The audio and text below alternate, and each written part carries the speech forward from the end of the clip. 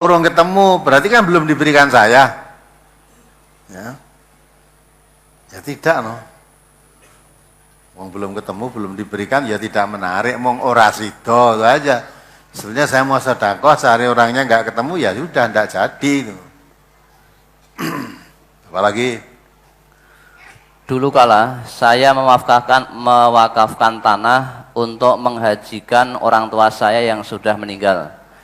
Bagaimana kalau saya tarik kembali? Apakah saya termasuk kategori orang yang disebutkan dalam...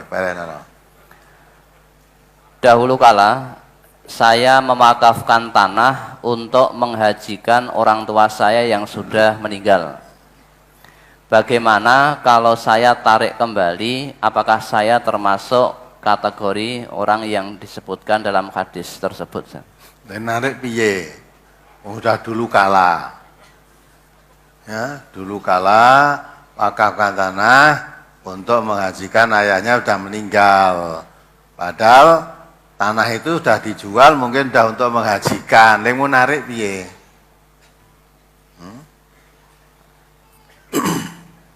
Narik piye kalau sudah dulu kala berapa tahun yang lalu atau sekarang tanah itu sudah dijual untuk naikkan haji bapak yang sudah mati tadi. Itu kamu akan tidak jadi ling narik piye wong tanah wis ra eneng.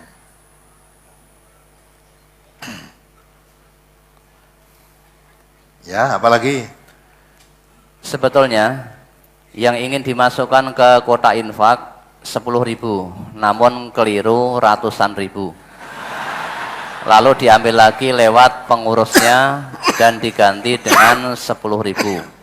Pertanyaan, kejadian yang seperti itu apakah terkena hadis tersebut?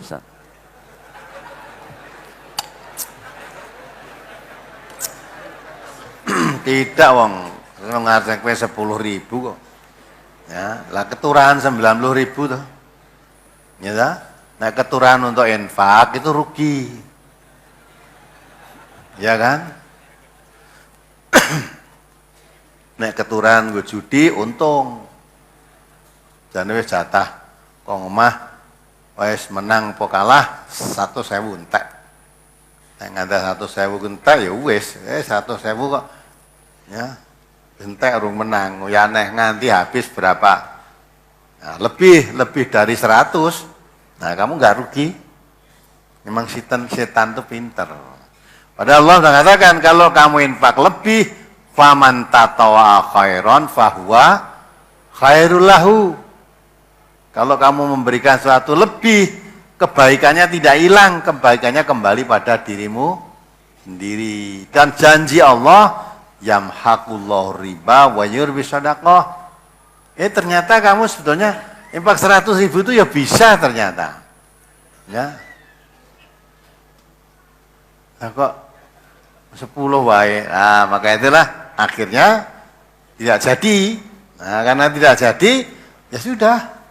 Ngomong karo panitia, jaja malah nyemploke 100.000, ya, jane anggapanmu jane padahal sing mbok cemplungi jane padha abange ning 10.000. Njaluk ijol berarti kan malah bati kowe. Tapi kalau yang mengerti ikhlas sudah tidak masalah itu. Kadang orang kurang yakin kepada janji-janji Allah. Tapi kamu tidak termasuk menarik kembali, tidak. Wong, memang yang kamu masukkan itu maunya 10 kok, keliru 100. Wah, deg-degannya gulai panitia, nek panitiane wah kuncine ketrisut, nek ora iso turu wae. Tak leboke lah, masuk minggu guys lali.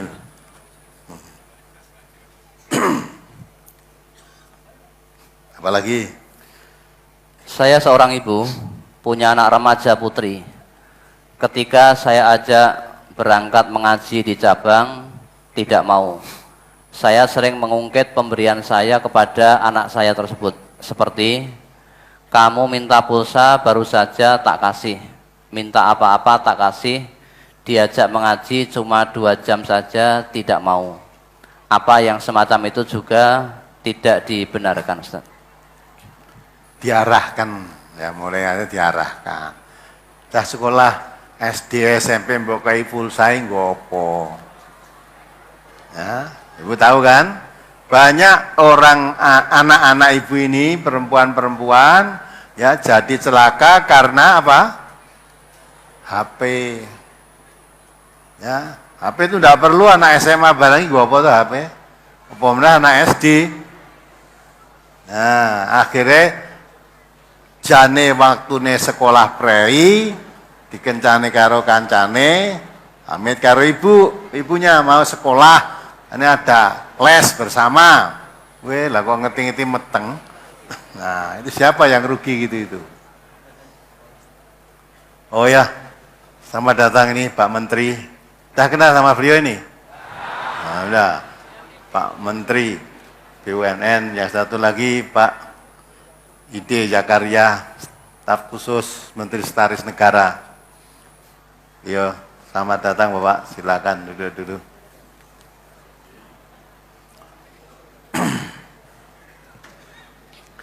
Selamat datang Pak Menteri, Pak Ide Jakarya, besar rombongan datang pada akad pagi ini. Mudah-mudahan datangan beliau bermanfaat yang besar. Ya, masih kita teruskan sedikit lagi sebelum beliau memberikan tausiah-tausiah pada kita. Apalagi? Bagaimana kalau seorang pedagang makanan tidak habis, lalu dibagikan kepada orang lain atau tetangga, apa termasuk sedekah atau dibuang saja? Sebagai penjual sate, kalau tidak habis saya bagikan tetangga, boleh apa tidak? Boleh, baik itu. Ya. Tidak habis, bagikan tangga bagus.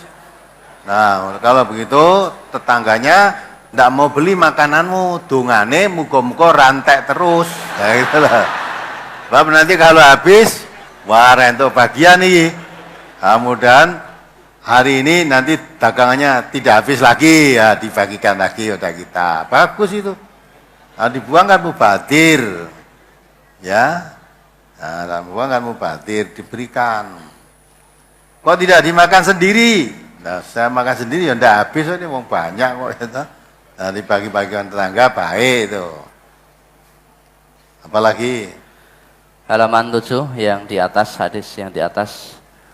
An Nabi Hurairah taqala ata Rasulullah sallallahu alaihi wasallam rajulun faqala ya Rasulullah ayyus sadaqati a'dhamu faqala anta saddaqa wa anta sahihun syahihun taksal faqra wa ta'mulul ghina wala tuhmil hatta idza balagatil khulqum qulta li fulanin kadza wa li fulanin kadza ala wa qad kana li fulanin rawahu Muslim. Dari Abu Hurairah ia berkata, ada seorang laki-laki datang kepada Rasulullah sallallahu alaihi wasallam lalu bertanya, "Ya Rasulullah, sedekah yang bagaimana yang paling besar pahalanya?" Rasulullah sallallahu alaihi wasallam menjawab, "Kamu bersedekah sedang kamu masih dalam keadaan sehat dan masih menginginkannya. Kamu khawatir melarat dan ingin kaya. Maka janganlah menunda-nunda sehingga nyawa sudah hampir sampai di tenggorokan baru kamu berkata untuk si fulan sekian dan untuk si fulan sekian. Ketahuilah bahwa saat itu harta tersebut sudah menjadi milik si fulan." Hadis ini mohon dijelaskan. jadi sedekah yang paling besar pahalanya itu kamu mengeluarkan sedekah sedang kamu masih dalam keadaan segar bugar, masih sehat. Dan kamu masih kepingin menjadi orang kaya. Ya, menginginkan harta itu dan masih khawatir kalau kamu melarat. Dikala kamu masih kepingin harta, kamu masih kepingin menjadi orang kaya, dikala kamu masih dalam keadaan sehat walafiat, saat itu kamu bersedekah, itu pahalanya paling besar. Ya. Tapi kalau kamu sedekah nyawanya dadi tenggerokan, ambekane wis ngerok-ngerok, wis tekan ora itu loh. Istrinya tahu kalau sebentar lagi saya akan mati. Nah, supaya dapat pahala, wis iki sing omah kono kayak iki sawah kono iki disedekahke iki nggo masjid, ini tabungan yang deposito nggo ini nggo majelis. Ah, kuwi ra nek ganjaran. Yang wis arep mati. Sebab apa? Kalau kamu tidak mengamalkan seperti itu, kamu sendiri tidak memikirkan umpama tidak saya berikan ini, toh saya sudah tidak bisa menggunakan. Nah, timbang aku reso gunake tak sedekah nih. Makanya itu sekian untuk fulan sekian, padahal kalau kamu sudah begitu itu memang harta yang kamu tinggalkan menjadi harta warisan. Warisan tadi sudah milik ahli waris. Kalau sudah akan mati itu milik ahli waris. Jangan kamu membagi-bagikan harta ahli warismu. Tapi kalau kamu masih sehat, masih segar bugar, masih bisa berusaha bekerja, masih senang kaya, takut miskin, lah kamu bersedekah, itu memang harta milikmu. Tapi kalau kamu sudah mendekati mati itu sudah menjadi haknya ahli waris. Jangan kamu bagi-bagikan, dan tidak bisa. Maka kalau mau bersedekah mumpung saya sehat begini ini. Ya. Itulah nasihat Nabi. Jangan sampai kita karena sudah tidak akan dapat menggunakan tatak dum-dum nege gokono. Wis, ndak usah kamu itu nanti milik ahli warisnya kok kamu bagi-bagikan gimana? Iya. Nek wis sehat, masukkan kotak jane 10.000 kleru 100 we. Kleru golek juru kunci yang megang kotak itu, wah anu katut. Sebenarnya saya 10 yang masuk kok 100. Njaluk jujul lah. Ini sesuk saya kira-kira sarep mati tambahi. Saya istilah nganggo kok gitu lah. Nah, enggak bisa gitu. Apalagi masih di halaman 7 hadis yang di bawahnya.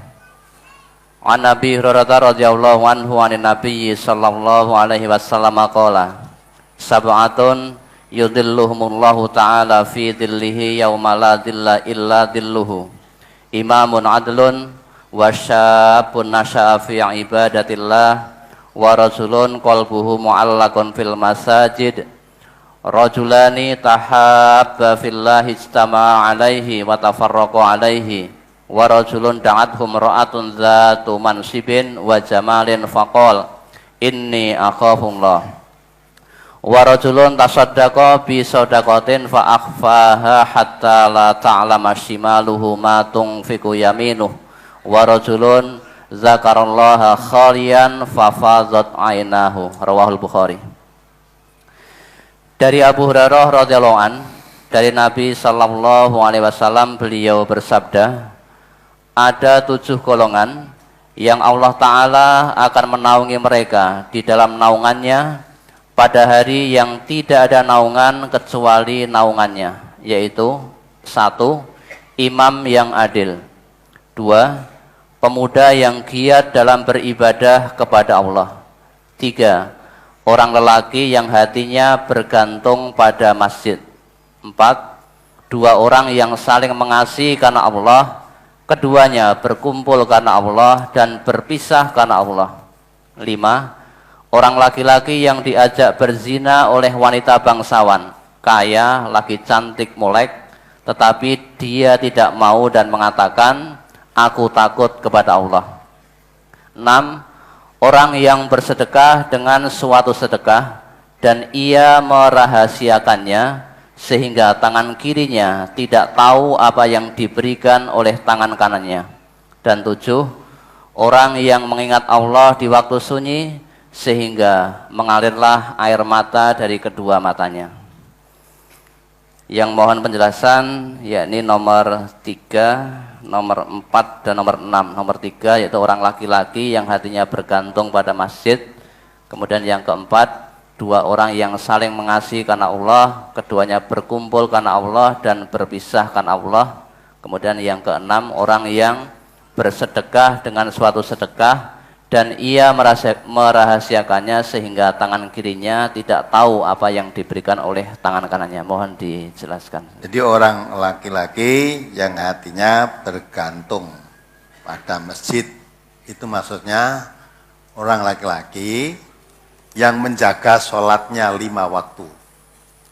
Sampai bergantung hatinya di masjid itu seolah-olah hatinya itu nantol di masjid. Ya. Mengapa orang laki-laki kok tidak orang perempuan? Karena Nabi mengatakan masalah sholat ya, sebaik-baik sholat bagi laki-laki itu di mana? Di masjid. Kecuali sholat sunnah. Kalau sholat wajib bagi laki-laki itu yang paling baik di masjid. Kalau sholat sunnah di rumah. Nah, orang laki-laki itu selalu hatinya tergantung di masjid. Makmurkan masjid, dia gandrung kepada masjid. Jadi seolah-olah hatinya itu teringat masjid terus, teringat pendekatan diri kepada Allah. Ibadahnya terjaga, sholatnya selalu di masjid. Nah, itu betul. Sekarang kan banyak kan orang rumahnya dekat masjid, kalau sholat nggak pernah ke masjid. Adzan subuh, krungu adzan hayya 'alas shalah malah tidur lagi. Wes kotko mati shalah, aku tendang gregata malah tidur. Walaupun nanti akhirnya ya subuh, tapi nggak ke masjid. Padahal Nabi dalam mendidik supaya sholat lagi-lagi di masjid itu sampai mengatakan, kalau kamu mendengar suara adzan tidak datang ke masjid, bakar rumahnya. Jadi, seolah-olah wajib ditekan sampai kalau dengar adzan kok datang ke masjid, bakaran rumahnya. Zaman Nabi begitu. Maka yang laki-laki yang hatinya tergantung di masjid itu maksudnya sholatnya terjaga. Dan ketergantungan masjid itu Baitullah, rumah Allah, kepada Allah sangat dekat. Maka tergantung di masjid itu, kedekatan pada Allah. Kalau orang dekat pada Allah tentu akan jauh dari perbuatan maksiat, tentu akan rajin berbuat yang bermanfaat. Dan yang keempat, saling mengasihi, orang ya bertemu karena Allah, sah karena Allah. Artinya orang itu bertemu, berkumpul karena memang pertemuannya, perkumpulannya itu diridai oleh Allah, dibetulkan, dibenarkan oleh Allah. Kalau terpaksa berpisah ya karena Allah. Karena Allah. Karena Allah tidak meridhai saya untuk meneruskan berkumpul dengan mereka. Nah, itu. Ya, kalau orang baik dengan orang jelek itu bagaimanapun juga ketemu nggak akan bisa. Apalagi jadi walijahnya. Jadi walijah. Tempat pencurahan isi hati, tempat bat-batan, tempat ya gampang aneh apapun dikatakan hati seolah ya kamu dan saya tidak ada sekat, itu tidak boleh sama kecuali sama muslim, mukmin. Ya. Berpisah, karena apa kok sampai berpisah? Karena memang Allah tidak menghendakinya. Ya, tidak menghendaki. Kalau dia selalu berbuat maksiat, diingatkan tidak mau, sedang saya selalu mengajak berkebaikan, tapi dia tidak mau, ya mesti tidak bisa ketemu. Terpaksa berpisah karena sudah tidak ketemu jalan. Jalannya sudah tidak ketemu. Tapi kalau memang sejalan, sama-sama mengharap ridhonya Allah, nah mari kita bertemu dalam perjuangan. Mengharap ridhonya Allah. Nah, yang keberapa tadi? 6. Yang 6. Orang yang bersedekah, nah ini maksudnya sedekah sembunyi-sembunyi. Kalau kamu memberikan pada seseorang, ini digambarkan, kalau tangan kananmu memberi, tangan kirimu jangan tahu. Artinya secara diam. Orang memberi ini ojomnya tangan kiri, tangannya tanggane kabeh krungu kok. Apalagi sering dikandak-kandake. Pernah memberikan pada seseorang, kebetulan orang itu bikin kecewa padanya, di kongkon apa tidak berangkat, kandak kayak ngomong temannya. Itu orang itu padahal pernah ketika dia lapar mau masak nggak punya beras saya kasih, tapi orang nitik. Nek wong Jawa mbandingke asuwe nitik. Ngerti asu nitik? Ya itu kalau sering ketemu diberi makan itu nurut, lah kok iki malah ora. Nah, kalau kamu memberi cara begitu itu batal amalmu. Maka Allah katakan, ya ayyuhalladzina amanu la tubtilu shadaqatikum bil manni wal adza. Jangan kamu bersedekah Tapi dengan sedekah itu memberikan sakit bagi si penerimanya. Karena kamu kandak-kandak ke diunda-unda lah jadi sakit penerimanya. Beri tidak seberapa tapi bikin sakit. Nah itu dosa malah. Baik, saya rasa ini dulu Bapak-bapak, Ibu-ibu dan saudara-saudara. Saya cukupkan sekian untuk saya. Ini waktu yang sangat baik. Saat ini ketemu dengan Bapak Menteri BUMN. Dengan beliau. Tadi ada yang ikut senam pagi tadi. Ternyata beliau tadi senam di sini dengan satgas kita, dengan anak-anak kita, ya. Habis subuh, dah senam di sini. Ya. Nah, sekarang saya berikan waktu untuk Bapak Menteri untuk berikan tausiah kepada kita semuanya. Mudah-mudahan bermanfaat apa yang diberikan oleh beliau. Jadi kebetulan ini tadi judul brosur hari ini itu teladan Rasulullah, anjuran banyak bersedekah. Dan diterangkan di sini kalau memberikan sedekah kemudian tarik kembali, dikatakan oleh Nabi seperti anjing yang memuntahkan, yang muntahkan isi perutnya kemudian dimakan lagi. Jadi ada pertanyaan Pak Menteri, karena dilihat orang mau jadi sedekah memberikan material untuk masjid, nah setelah ternyata pileg tidak kepilih ditarik kembali, termasuk hadis ini tadi bilang gitu. Nah, ada masjid ini kayak semen kayak itu tarik mereka. Jadi pileg orang kelebu tarik kembali. Maka saya katakan, maka jangan suka menerima pemberian orang-orang semacam itu. Niatnya sudah tidak karena Allah. Ya, sekarang waktu sepenuhnya saya sampaikan pada beliau untuk misi ini. Dan nanti ini banyak koran-koran yang terbit hari ini, daerah-daerah seperti biasanya nanti bisa ambil di sana. Saya mohon perhatiannya. Selanjutnya kami aturkan pada beliau untuk diteruskan pengajian pada siang hari ini. Dari saya cukupkan sekian dulu. Assalamualaikum warahmatullahi wabarakatuh.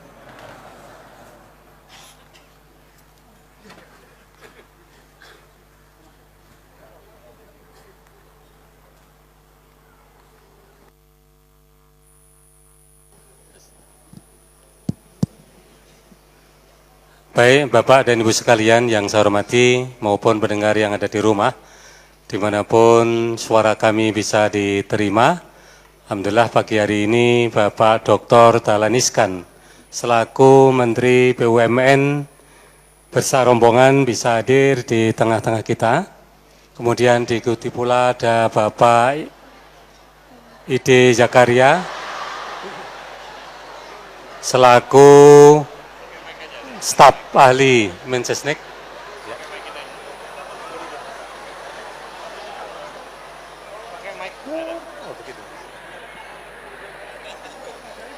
Dimohon tetap duduk Bapak, silakan.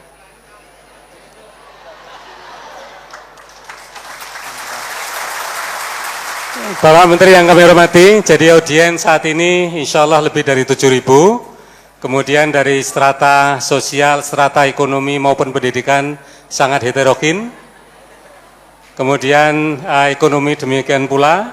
Maka pada kesempatan pagi hari ini kami sangat mengharapkan pencerahan dari Bapak karena Bapak juga sekaligus sebagai Presiden Direktur Jawa Post Group maupun juga usaha-usaha yang lain, sehingga di antara kita mungkin bisa mengembangkan sebagaimana yang Bapak kembangkan atau bagaimana yang beredar atau dinamika yang berada di negeri kita saat ini. Untuk itu waktu kiranya Bapak, kita bagi 2 termin Bapak. Jadi yang pertama Bapak menyampaikan tausiahnya kepada kita barang 30 sampai 45 menit. Kemudian masih ada waktu sekitar 60 sampai 70 menit kita gunakan untuk interaktif. Karena yang datang saat ini insya Allah dari seluruh Indonesia, walaupun tidak seluruhnya perwakilan-perwakilan. Untuk itu kami persilakan pada Bapak Dr. Dahlan Iskan. Terima kasih. Bismillahirrahmanirrahim. Assalamualaikum warahmatullahi wabarakatuh.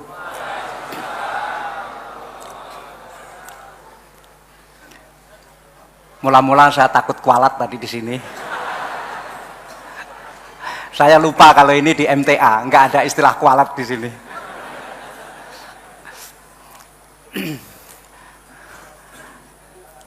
Ibu bapak sekalian, terutama Al Ustadz dan para pengurus, tadi malam saya bermalam di kantor pusat MTA ini.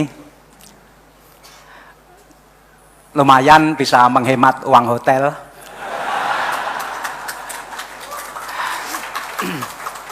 Apalagi makanannya juga enak.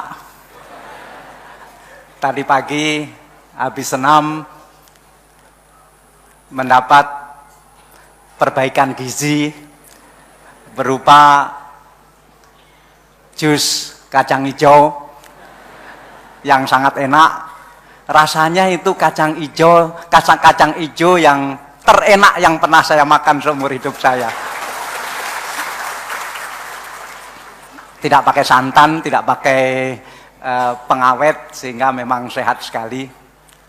Dan tadi pagi saya diberi kesempatan untuk tetap senam pagi, karena saya tiap hari senam pagi di Jakarta, sehingga kalau ke daerah seperti hari ini saya minta izin kepada tuan rumah untuk tetap boleh senam pagi, karena saya ini sudah tua.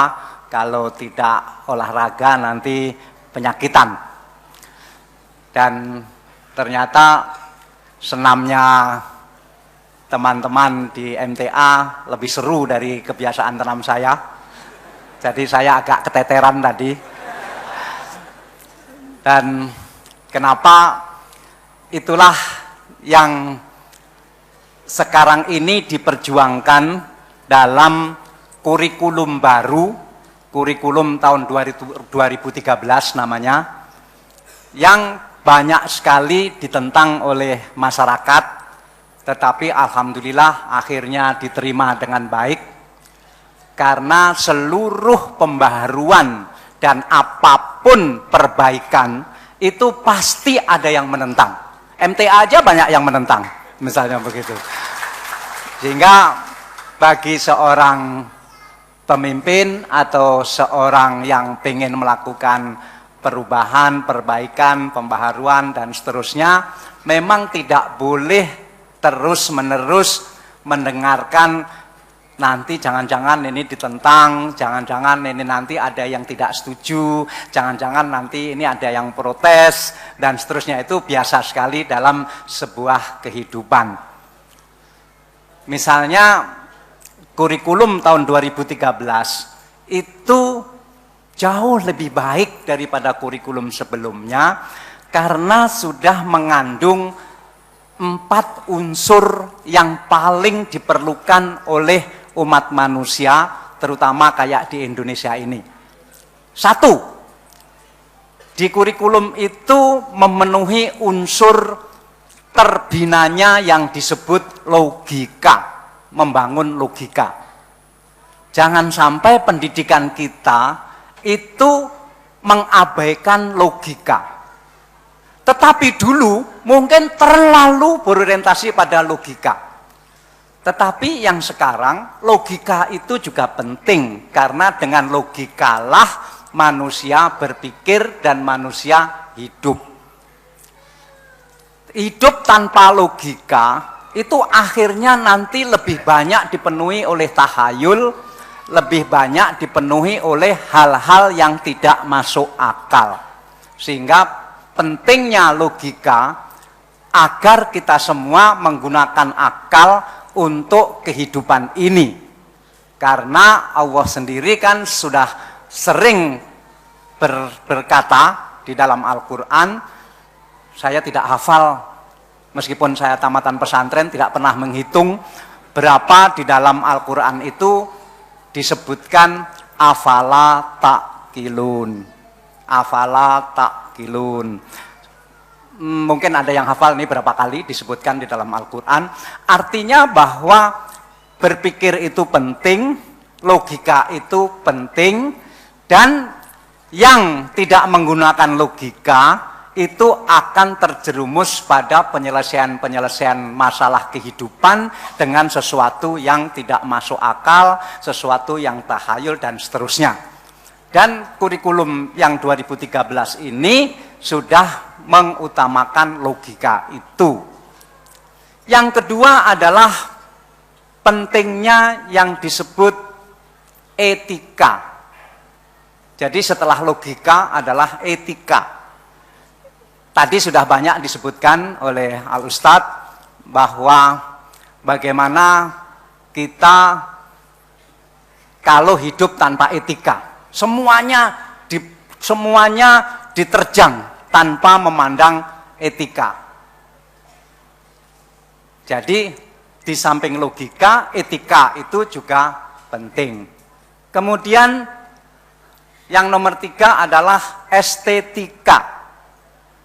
Masalah olah jiwa, olah seni, olah rasa. Itu juga penting dalam kehidupan. Jadi logika, etika, estetika, dan yang terakhir adalah kinestika. Bagi yang membaca tabloid terbitan MTA yang diedarkan hari ini, di situ diuraikan tentang kinestika ini, yaitu bagaimana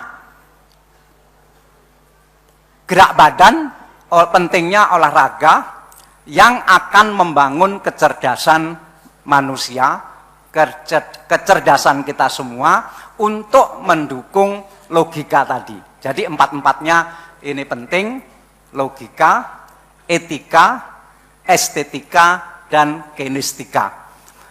Karena tanpa itu semua, maka kita nanti akan cenderung kepada kehidupan yang tidak sempurna. Setiap kali kita melakukan pembaharuan ataupun perubahan maupun keinginan untuk berubah, pasti selalu ada yang pro kontra, menentang, dan seterusnya.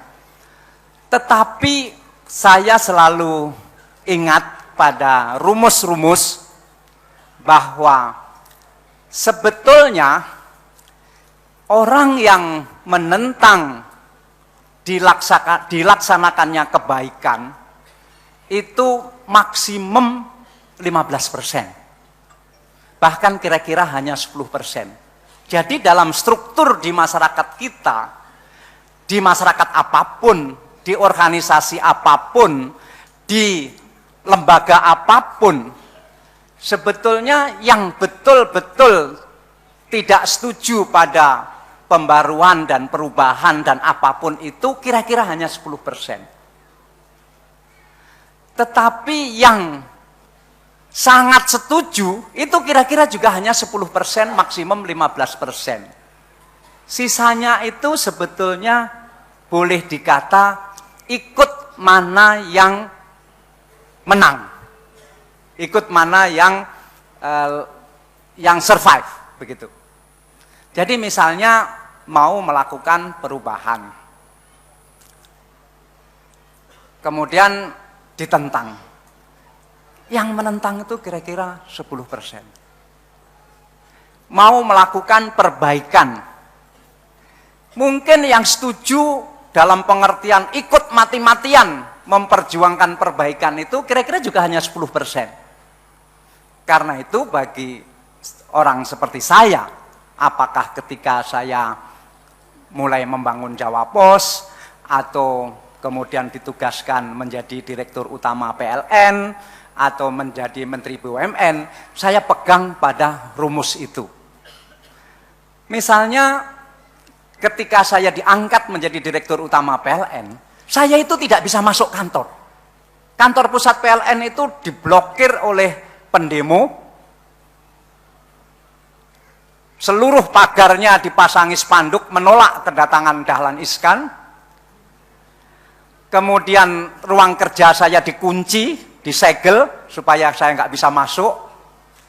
Tetapi tetap saya berpikir yang menggerakkan dan yang tidak setuju ini kira-kira hanya 10%. Tapi vokalnya bukan main. Dia aktif sekali. Karena itu ya saya paling ini 10%. Saya tetap aja masuk kantor. Meskipun kantor saya dikunci, ya saya kerja di ruang rapat lah. Nanti kalau ruang rapatnya dikunci, ya saya kerja di emperan juga nggak apa-apa. Saya bisa kerja di mana saja. Karena niat saya di situ melakukan perbaikan dan melakukan pembaharuan. Ternyata 3 hari kemudian mereka juga capek terus-menerus memblokir itu. Dan akhirnya bisa masuk kantor secara normal karena saya toh akan membuktikan bahwa saya masuk PLN tidak untuk merampok, yang mereka kira mungkin akan merampok, karena biasanya merampok. Artinya ada orang baru biasanya datang merampok, ada orang baru lagi merampok, paling ini nanti datang juga merampok. Begitu. Sehingga saya percaya diri kalau saya datang tidak merampok kan lama-lama mereka akan tahu juga. Sehingga harus tahu bahwa mayoritas sebetulnya orang itu menghendaki perbaikan. Mayoritas. Nah, apalagi saya sendiri mengatakan bahwa saya tidak pengen kok jadi direktur utama PLN. Bahkan dalam rapat pertama di PLN, saya minta maaf kepada seluruh karyawan PLN. Saya minta maaf bahwa saya ini kok jadi pimpinan saudara-saudara ya, begitu. Loh, kenapa Pak minta maaf? Ya, karena kan bukan saya yang pengen jadi direktur utama PLN. Saya kan ditunjuk oleh Presiden untuk menjadi direktur utama PLN. Itu pun saya sudah mencoba mengingatkan Bapak Presiden, Bapak, saya jangan diangkat menjadi direktur utama PLN. Saya ingatkan Bapak Presiden, jangan mengangkat saya. Karena saya ini lulusan pesantren. Masa lulusan pesantren menjadi direktur utama PLN? Belum pernah dalam sejarah Republik Indonesia direktur utama PLN lulusan pesantren. Saya ingatkan Bapak Presiden, Pak, jangan mengangkat saya. Nanti Bapak diprotes orang. Ini presiden apa ngangkat direktur utama PLN lulusan pesantren? Saya ingatkan begitu Bapak Presiden. Tapi Bapak Presiden tetap, saya tahu Pak Dahlan lulusan pesantren, tetapi saya juga tahu, ini kata-kata beliau, bukan kata-kata saya, karena mau pemilu ini takut nanti ditafsirkan macam-macam. Ini Bapak Presiden bilang gini, saya tahu Pak Dahlan lulusan pesantren, bukan insinyur listrik, tetapi saya tahu Pak Dahlan mempunyai kemampuan manajemen dan mempunyai kemampuan kepemimpinan yang baik yang akan bisa menyelesaikan urusan PLN itu. Itu kata-kata Bapak Presiden. Nah, soal ahli nanti Pak Dahlan kan bisa pakai ahli-ahli listrik yang ada. Yang penting pemimpinnya ini harus Pak Dahlan. Presiden bilang begitu. Loh, kenapa Pak? Nah, beliau tahu bahwa keadaan listrik waktu itu parahnya bukan main, mati-mati terus, kayak minum obat sehari 3 kali, begitu.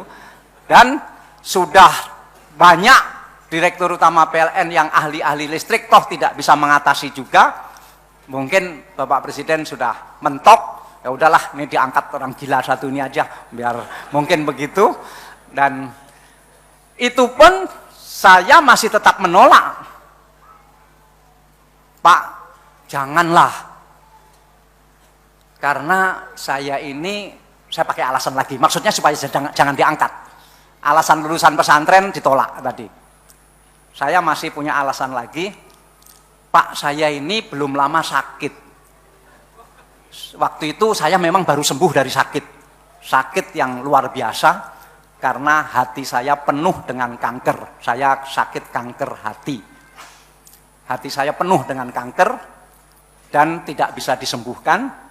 Dokter sudah angkat tangan, sampai dokter di Singapura juga sudah angkat tangan, dan mengatakan bahwa Pak Dahlan ini umurnya tinggal 6 bulan lagi. Waktu itu, ini 7 tahun yang lalu. Ya, betul-betul nggak ada jalan keluar, dok, nggak ada jalan keluar. Dan waktu itu memang saya sudah muntah darah banyak sekali, kaki saya sudah bengkak, perut saya sudah besar dan keras, dan tidak ada jalan lain. Tetapi saya tetap ingat bahwa ikhtiar itu wajib. Karena itu saya senang membaca novel karya salah seorang pimpinan MTA. Ada buku, novel, belum terbit, jadi tunggu terbitnya. Saya diberi hak untuk membaca sebelum dijual. Sangat bagus, luar biasa bagus. Di situ secara tidak langsung diceritakan perjuangan bagaimana membangun MTA ini dengan suka dukanya, dengan fitnahnya, dengan segala macam tantangannya.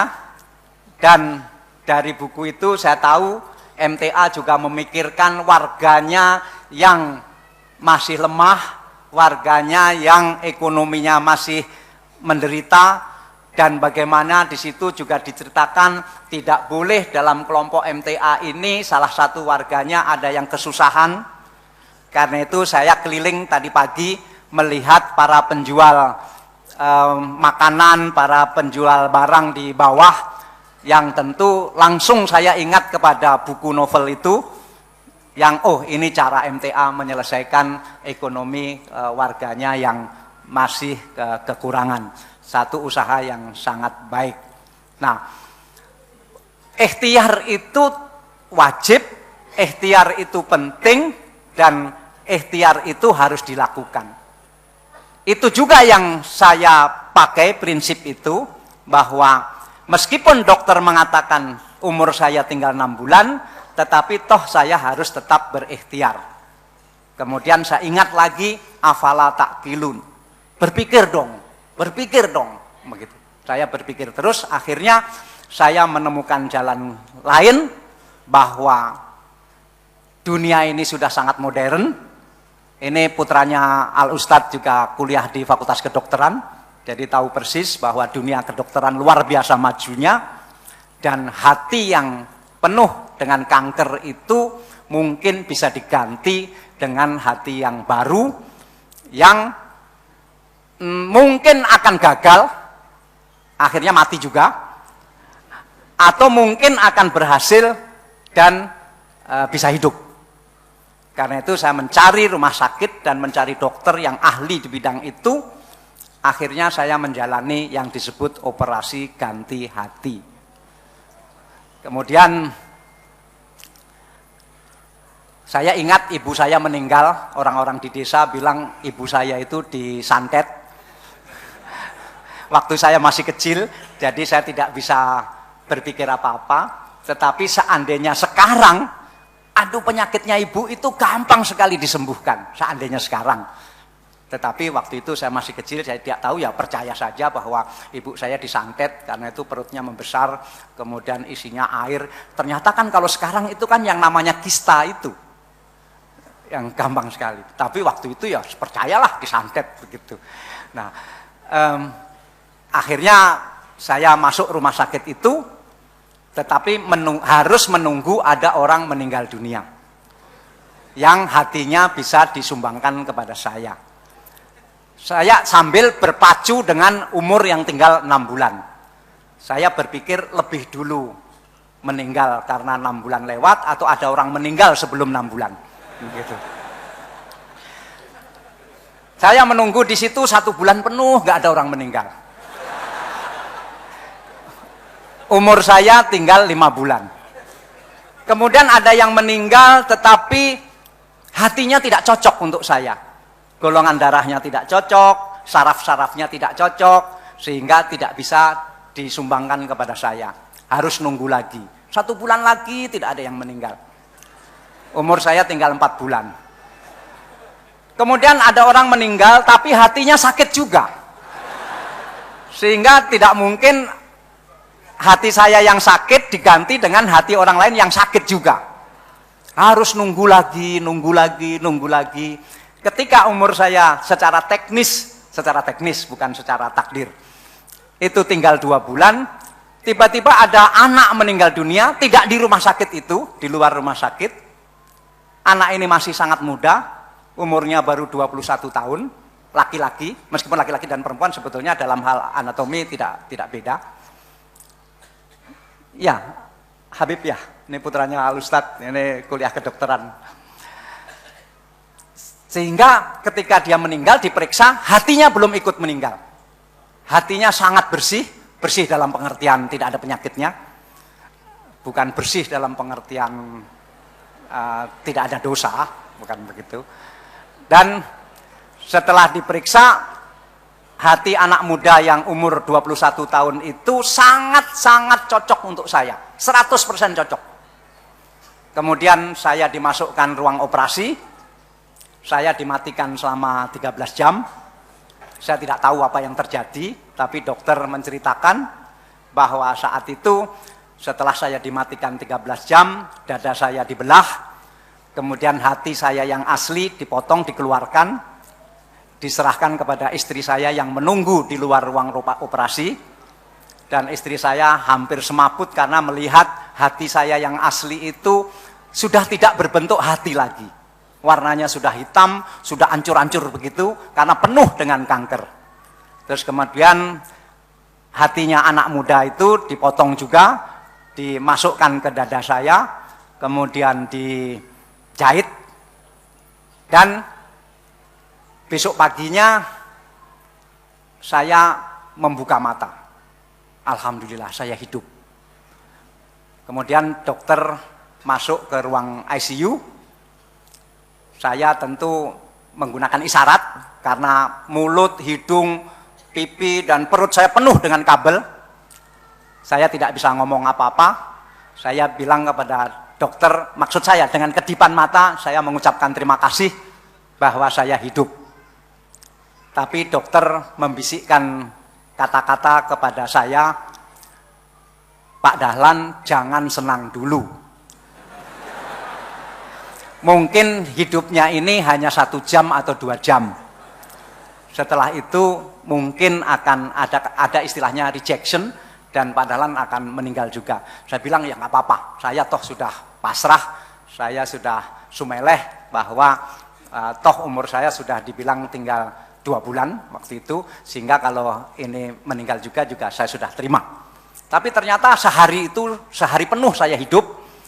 Besoknya 1 hari lagi penuh hidup dan seterusnya sampai akhirnya sampai hari ini saya dinyatakan sangat sehat dan alhamdulillah saya pulang ke Indonesia. Kemudian saya bertekad untuk tidak mau lagi cari uang. Saya diberi tambahan umur saja sudah alhamdulillah. Jadi kalau disebut-sebut saya pimpinan Jawa Pos, saya sudah bukan pimpinan Jawa Pos lagi. Karena Jawa Pos dan perusahaan-perusahaan di grup Jawa Pos, kira-kira 300 perusahaan, sudah saya serahkan semuanya kepada anak saya. Dan saya bertekad tidak mau lagi cari uang. Saya hanya pengen mengurus madrasah, pengen menulis buku, dan pengen menjadi gurunya wartawan yang tidak usah dibayar. Pokoknya nggak mau cari uang. Nah, kemudian 2 tahun lamanya saya tidak pernah masuk kantor. Saya pensiun, betul-betul pensiun dari mencari uang. Nah, kemudian itu Bapak Presiden mengira saya ini lagi pengangguran. Kemudian diminta ke Jakarta untuk menjadi Direktur Utama PLN. Saya sudah berusaha menolak tadi lewat cara bahwa saya ini bukan insinyur listrik, tapi ditolak. Kemudian saya berusaha menggunakan alasan saya ini baru sembuh dari sakit. Masa Bapak Presiden mengangkat orang yang baru sembuh dari sakit yang begitu parah untuk menjadi direktur utama sebuah perusahaan yang luar biasa besar dengan persoalan yang begitu berat. Apakah persoalan biarpet, apakah persoalan korupsi, apakah persoalan pelayanan yang buruk, karena waktu itu harus lewat calo, minta listrik baru 2 tahun dilayani, dan seterusnya. Masa saya harus ngurus hal yang begitu berat ketika saya belum lama sembuh dari sakit. Tapi Bapak Presiden ngotot, tapi kan Pak Dahlan sehat, dia bilang. Iya Pak, saya kan nggak tahu dalamnya, saya bilang gitu. Apakah dalamnya ini juga sehat? Udah gini aja, Pak Dahlan periksa dokter lagi, dokter mengizinkan atau tidak. Akhirnya saya pergi ke rumah sakit yang melakukan operasi kepada saya itu, diperiksa selama seminggu. Setelah diperiksa selama seminggu, sayangnya dokter mengatakan, Pak Dahlan ini sehat sekali. Boleh melakukan apa saja, boleh menerima tugas apa saja, boleh mengerjakan pekerjaan seberat apa saja. Ya sudah, alasan itu ditolak juga. Berarti memang harus jadi dirut PLN. Saya masih menggunakan 4 alasan lagi untuk menolak jabatan itu, tetapi semuanya ditolak oleh Bapak Presiden. Terakhir saya masih menawar, Pak, oke lah saya menjadi Direktur Utama PLN. Tetapi saya tidak mau 5 tahun, karena masa jabatan itu kan 5 tahun. Saya tidak mau 5 tahun, saya 3 tahun saja Pak. Saya berjanji akan kerja keras dan memperbaiki keadaan listrik ini dalam 3 tahun, sudah harus mengalahkan listriknya Malaysia. Waktu itu tekad saya. Ya sudah terserah, pokoknya Pak Dahlan mau jadi Direktur Utama PLN. Akhirnya, ya itu tadi, saya datang ke PLN, ditolak oleh karyawan PLN. Dikunci dan seterusnya, tapi akhirnya bisa menerima semuanya. Dan toh mereka tahu saya hanya akan 3 tahun di situ. Tetapi belum sampai 2 tahun, bahkan baru 22 bulan, saya dipanggil lagi oleh Bapak Presiden ke istana. Pak Dahlan cukup jadi Direktur Utama PLN. Loh Pak, ini baru 22 bulan, belum mengalahkan Malaysia Pak.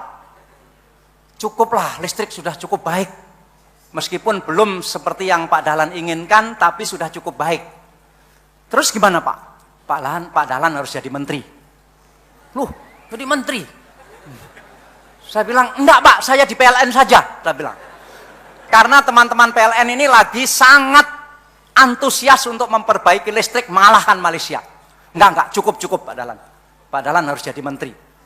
Saya sampai menangis untuk menolak jabatan menteri itu.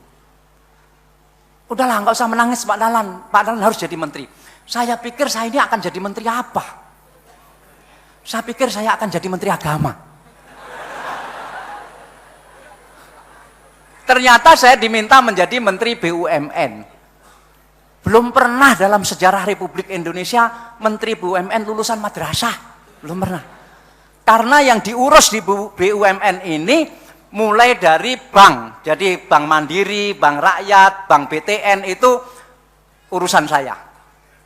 Sampai pesawat, Garuda, bandara, pelabuhan, perkebunan. Ini ada Direktur Utama PT Perkebunan 9. Perkebunan teh, perkebunan karet, perkebunan sawit, semua harus di bawah saya.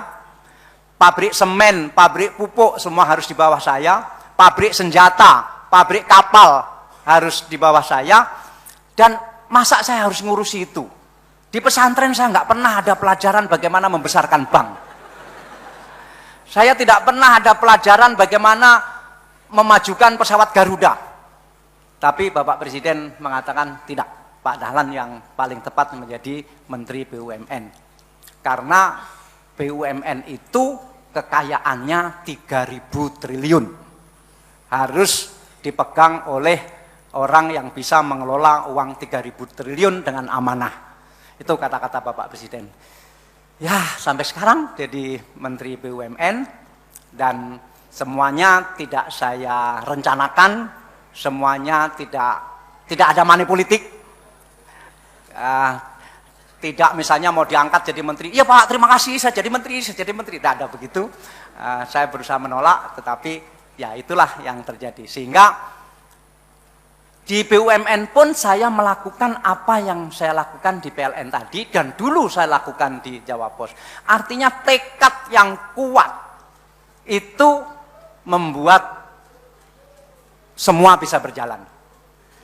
Di Indonesia ini dan kita semua itu paling banyak persoalan sebetulnya bukan bisa atau tidak bisa. Kalau soal bisa atau tidak bisa, apa bedanya kita dengan bangsa Malaysia? Nggak ada bedanya.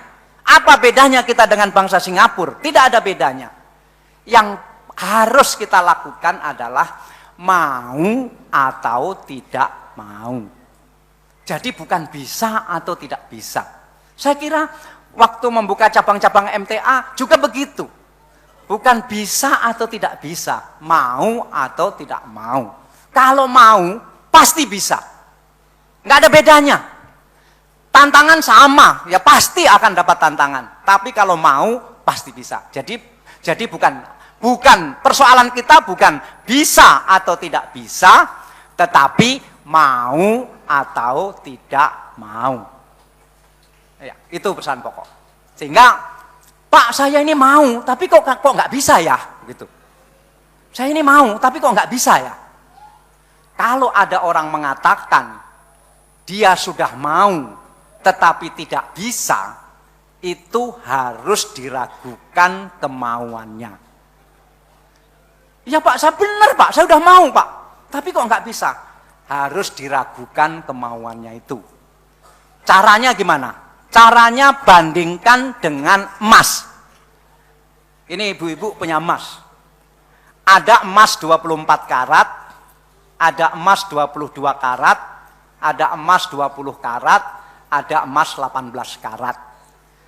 Jadi kalau ada orang mau, mengatakan mau, mengaku mau, tetapi tidak bisa, itu perlu dipertanyakan kemauannya itu berapa karat. Itu aja. Kalau kemauannya 24 karat, pasti bisa. Itu yang jualan di bawah, dia sampai kepada keputusan untuk jualan, itu karena dia mau. Bisanya itu nanti, bisanya. Mau dulu. Nah, yang sudah membuktikan jualan di bawah dan berhasil, pasti mereka itu kemauannya 24 karat. Paling rendah 22 karat. Persoalan kita yang terbesar adalah banyak orang mengatakan mau, tapi kemauannya itu bukan 24 karat. Kemauannya bukan 22 karat. Kemauannya bukan 20 karat. Kemauannya itu cuma 18 karat. Bahkan kemauannya itu tidak berkarat sama sekali. Jadi yang penting itu mau atau tidak mau. Setelah mau, lihat berapa karat maunya. 24 karat atau tidak berkarat. Begitu. Dari situ saya yakin teman-teman kita yang jualan di bawah itu mereka punya kemauan yang paling tidak 22 karat. Sehingga bisa. Terima kasih. Assalamualaikum warahmatullahi wabarakatuh. Terima kasih kepada Bapak Dr. Dahlan Iskan yang kami hormati. Kita lanjutkan ke sesi interaktif tanya jawab. Kami sampaikan secara langsung karena tertulis sudah masuk. Sebelum kami bacakan pertanyaan tertulis, mohon maaf ada panggilan kepada Bapak Mardiono cabang Sukarjo 5 diharap pulang karena Pak D-nya di Klaten meninggal dunia. Saya ulangi sekali lagi kepada Bapak Mardiono cabang Sukarjo 5 diharap pulang karena Pak D-nya di Klaten meninggal dunia. Yang kedua, mobil Zebra dengan nomor polisi H8720TA mohon untuk dipindahkan. Sekali lagi, mobil Zebra dengan nomor polisi H8720TA mohon dipindahkan. Kepada yang terhormat Bapak Menteri BUMN Republik Indonesia, pertama, alhamdulillah berkat media radio yang disiarkan lewat satelit, perkembangan dakwah yang dilakukan oleh MTA sampai ke pelosok tanah air bahkan luar negeri, sebentar lagi TV MTA juga akan mengudara. Namun, masih sebatas lokal sekitar Solo saja. Sementara calon pemirsa yang sudah menunggu-nunggu hadirnya TV MTA sebagai TV dakwah sudah beredar di berbagai pulau di Indonesia, termasuk luar negeri. Untuk itu kami mohon kepada Bapak Menteri agar Telkom sebagai BUMN bisa membantu kami agar TV MTA bisa dipancarkan lewat satelit Telkom dengan tarif khusus yang berbeda dengan TV-TV nasional lainnya. Karena TV MTA tidak untuk komersial tapi untuk dakwah. Kedua, beberapa waktu lalu MTA TV sudah membuat MOU dengan Telkom Vision untuk penayangan pengajian akad pagi di channel Telkom Vision. Namun setelah Telkom Vision dibeli oleh CT Corporation, tidak jadi ditayangkan oleh Telkom Vision sesuai perjanjian tersebut. Padahal yang sudah daftar untuk dipasang Telkom Vision sudah ribuan orang. Oleh karena itu, melalui Bapak Menteri, mohon disampaikan kepada CT Corporation agar rencana penayangan pengajian akad pagi di Telkom Vision dipertimbangkan kembali. Kalau perlu tidak hanya pengajian akad pagi saja, tapi untuk semua acara MTA TV. Mohon tanggapannya Bapak. Baik, ini pasti mauannya 24 karat ini. Perjuangannya luar biasa. Kalau kemauannya tidak 24 karat, ada persoalan, ya sudahlah gitu. Tapi karena kemauannya 24 karat, sampai kepada menteri pun diusulkan. Dan saya menghargai itu. Saya menghargai itu. Tentu teknologi sekarang sudah luar biasa majunya. Bahkan kemungkinan besar TV-TV nanti dan tidak dalam waktu yang lama, 2-3 tahun yang akan datang, mungkin TV kita itu sudah tidak akan seperti itu. Mungkin teman-teman yang mengelola radio dan TV MTA, saya menganjurkan untuk mulai dipikirkan TV yang disebut live streaming. Itu sudah tidak akan tergantung lagi kepada siapapun, karena sudah menggunakan internet secara bebas sebagai sarana. Sehingga di samping perjuangan terus ke Telkom Vision tadi, juga mulai dirintis, dan ini sangat sederhana dan teknologi ini sangat menggelisahkan para pemilik TV. Karena jangan-jangan memang ini akan hadir, dan saya kira akan hadir, ini persoalan waktu saja dan tidak lama, sehingga menurut saya live streaming ini sudah harus dimulai sekarang. Jadi orang-orang MTA yang ada di Amerika, yang ada Eropa, langsung bisa mengikuti lewat live streaming, sekarang pun sudah bisa dilakukan itu. Saya penggemar sepak bola Liverpool. Di rumah saya tidak ada Telkom Vision, tidak ada Indovision, tidak ada seperti itu. Di mana saya harus nonton? Live streaming.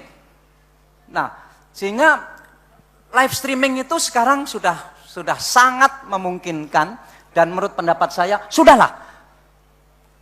Teknologi live streaming ini dilakukan dan dimulai dari sekarang, bahwa apalagi isinya lebih banyak dakwah, dalam pengertian tidak banyak gambar-gambar yang berat untuk diupload, sehingga live streamingnya akan lebih sempurna.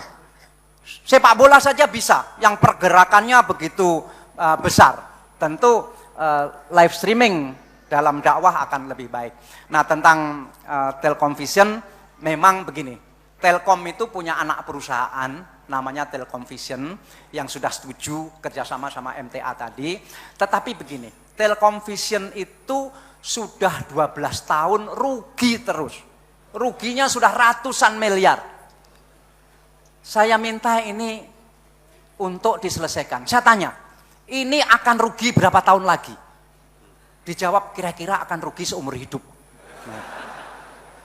Sudahlah. Kenapa rugi? Karena Telkom tidak ahli dalam mengisi.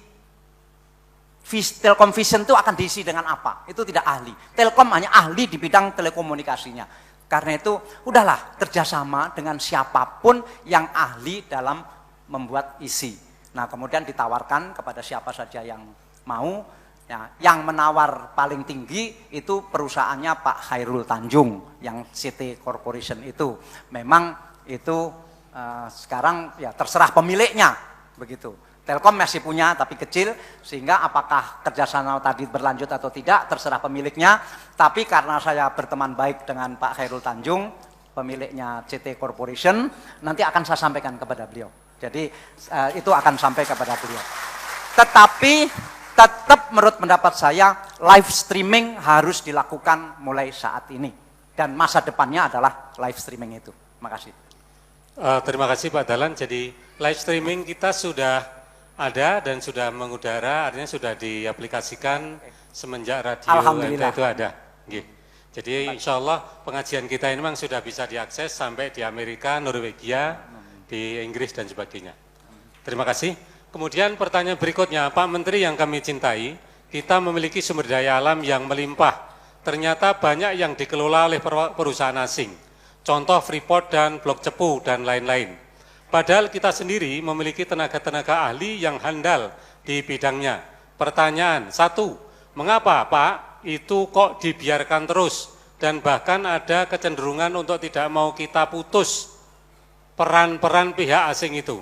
Dua, apa usaha Bapak sebagai Menteri BUMN untuk mengamankan sumber daya alam kita agar tidak dijarah oleh asing dan agar dapat lebih mensejahterakan rakyat Indonesia? Kedua, Pak Menteri, saat ini masih ada sebagian kecil umat Islam yang menjelek-jelekan, bahkan memfitnah MTA. Pertanyaan, satu, dengan kondisi itu, mengapa Pak Menteri malahan mengunjungi MTA? Dua, apa motivasi Pak Menteri mengunjungi MTA? Tiga, mohon nanti kalau memiliki kesan yang positif tentang MTA, disebarluaskan pada kolega-kolega Bapak. Terima kasih. Demikian Bapak. Saya mengunjungi MTA karena saya dengar ada sebagian orang MTA, jadi MTA ini tidak hanya mencela, tidak hanya dicela, tapi juga mencela. Jadi saya datang ke sini karena ada orang MTA yang mencela saya bahwa saya ini tahayul khurafat. Buktinya ketika mencoba mobil listrik pakai di apa itu namanya? Pakai di apa? Pakai di ruat, pakai di ruat. Misalnya. Wah, saya mau datang ke MTA ini.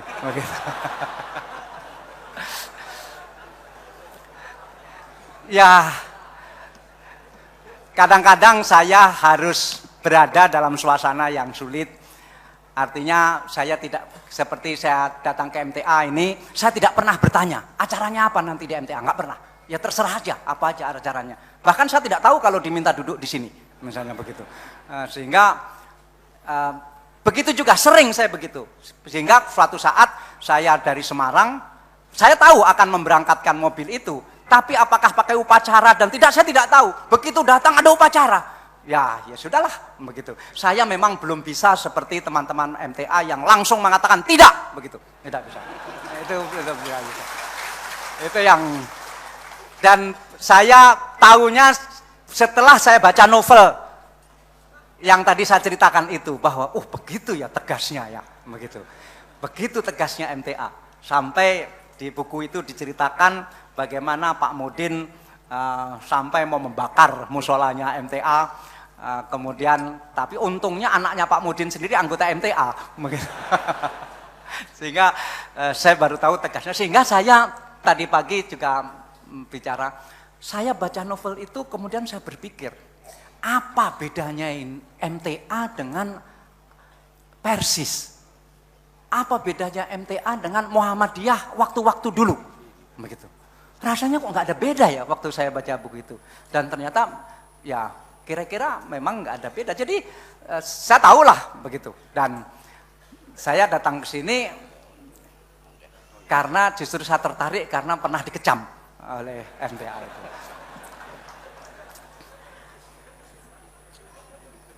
Kemudian yang serius adalah masalah sumber daya alam, masalah pertambangan. Begini, kita hidup sekarang ini tentu tidak sama dengan ketika hidup kita 20 tahun yang lalu. Setuju tidak setuju, kenyataannya begitu. Misalnya 20 tahun yang lalu, apakah kita sudah bisa beli sepeda motor? Sekarang yang beli sepeda motor 1 tahun itu 8 juta orang. Jadi tiap tahun sepeda motor ini tambah 8 juta sepeda motor. Tiap tahun. Nah, 20 tahun yang lalu ekonomi kita tidak sekuat itu. Bahkan waktu itu, setelah krisis, begitu krisis, pegawai negeri itu hampir tidak bisa gajian. Pegawai negeri itu hampir tidak bisa gajian.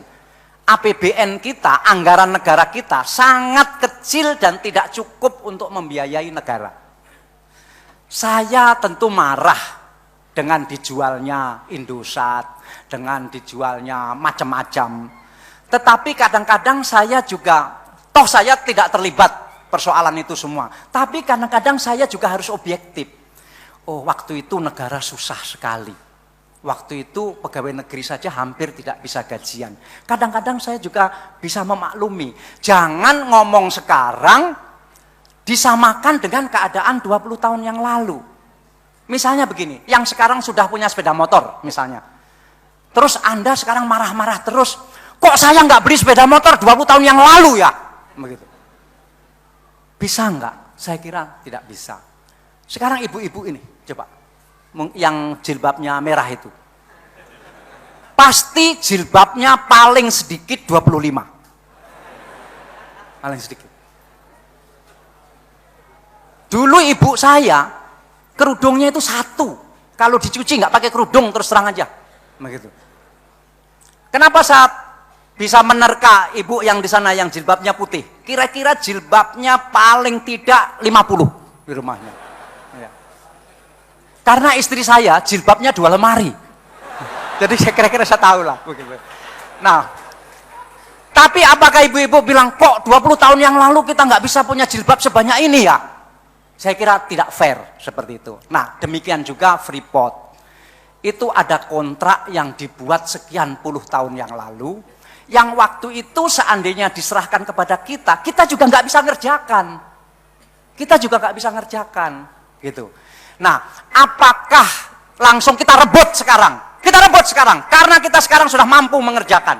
Kita sudah beda dengan 20 tahun yang lalu. Kita rebut sekarang. Apa begitu?